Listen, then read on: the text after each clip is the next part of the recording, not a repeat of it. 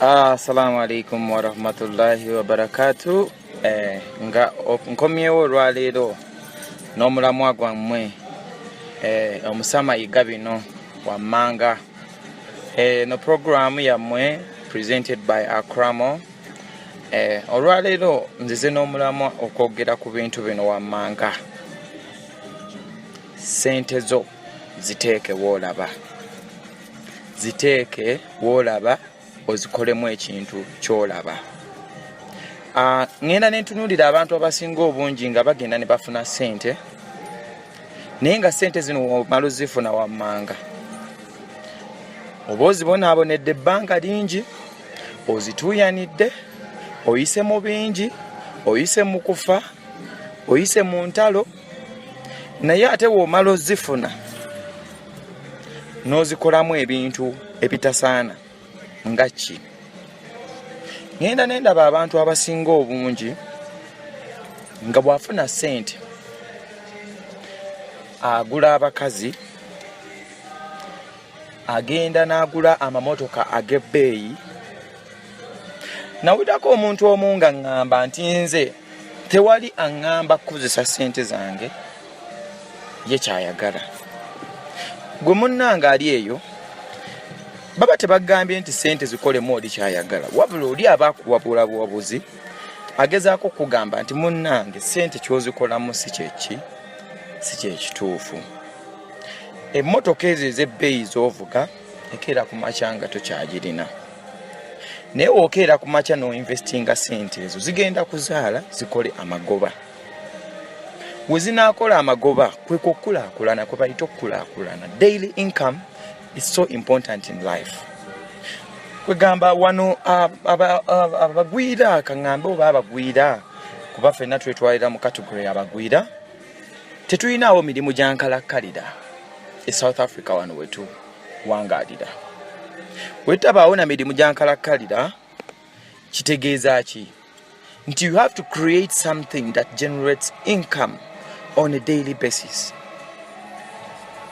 Wonaabeeraawo gwe munnange ali eyo ng'olowooza nti buli lunaku ssente zijja kuyiika nga bwe ziyiika, tekijja kukola bwe kityo muganda wange, kuba omukisa tugubala nti gujja lumu.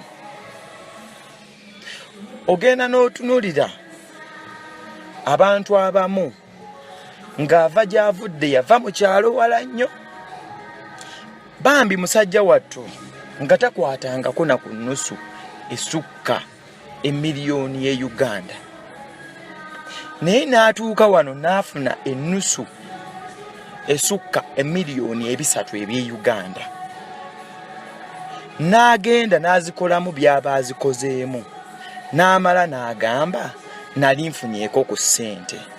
Naye mu butuufu oba otunuulidde lwaki oba oyogera ekintu ekyo nti nali nfunyeeko ku ssente?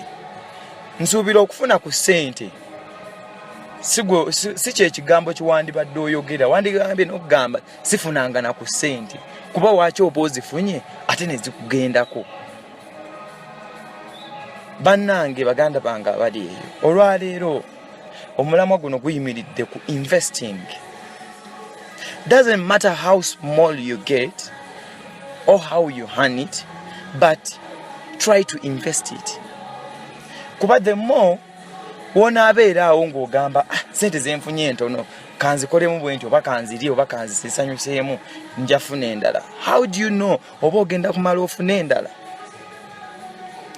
Ssente zino ffenna twava eyo ewaffe gye twava nga tuzzo zinoonya.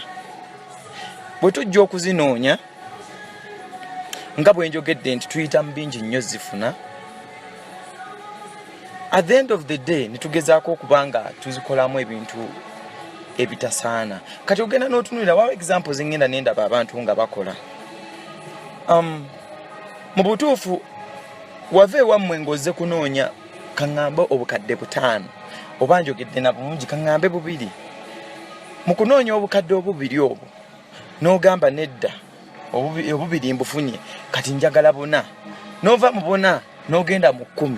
Bannange onaafuna ddi gwe zowulira mulinga zosiimisa omutima guno gamba obutuufu zino ssente zimmaze kankolemu ekyamagezi onaazifuna ddi ng'omaze kukaddiwa. Bannange obudde bugenda, obudde butugendako, tetukyalina budde bannange.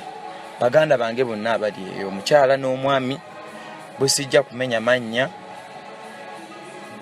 mugezeeko nnyo okubanga ssente zammwe temuzikolamu bintu bitalina magezi. Bannange waliwo omuntu agezaako ssente zo kazife ng'obadde ozinvestinga n'ogamba nakoze bizinensi naye bannange egaanye okukola kazife bwe zityo kuba Mukama Katonda naye aba akiraba nti mu butuufu naawe ogezaako. Naye toyinza kuŋŋamba nti ojja kukwata ssente ezo ogenda ozeesanyuseemu olowooze nti ate zijja kudda. Tezisobola kudda muganda wange. Naye gwe gezaako nnyo okulaba nti ebibiri byenfunye binaasobola okunziriza ebisatu oba 2.5.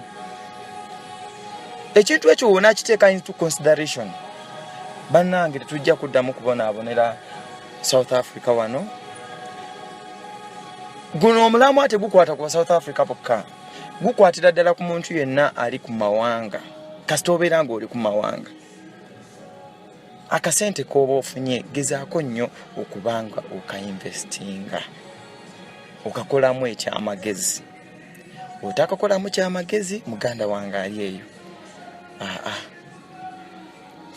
kyemmanyi nti ebintu tebijja kugendera bulungi. Nja kukoma wano olwaleero, nja kudda n'olulala era twogere ku mulamwa omulala. Sigadde nga mwana wammwe omulungi Acram, Omusama yiga bino.